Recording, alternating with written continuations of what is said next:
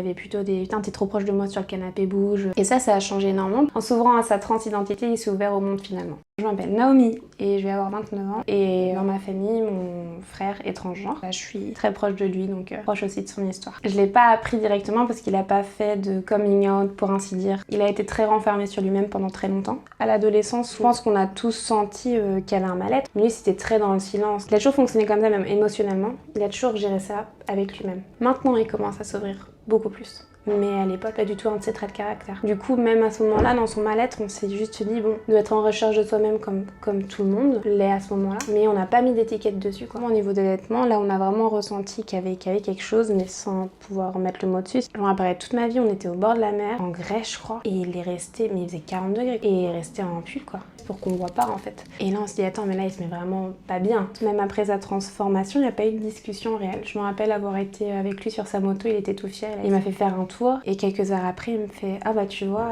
au plus tard, à ce moment-là, j'aurais pensé que t'aurais compris, que t'aurais su. » Et je fais « Mais pourquoi ?» Bah, il me fait « Bah parce que tu m'as touché le torse. » C'était comme ça qu'on a réussi à en parler, en fait. Au niveau du relationnel, il y a énormément qui a changé, parce que on n'a pas été proches enfants.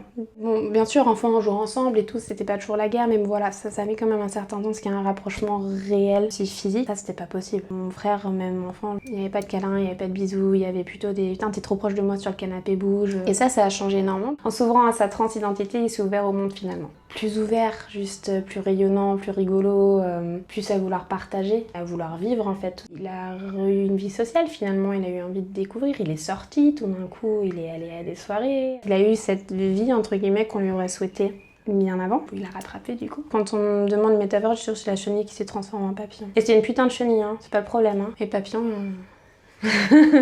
il sait en faire des choses quoi.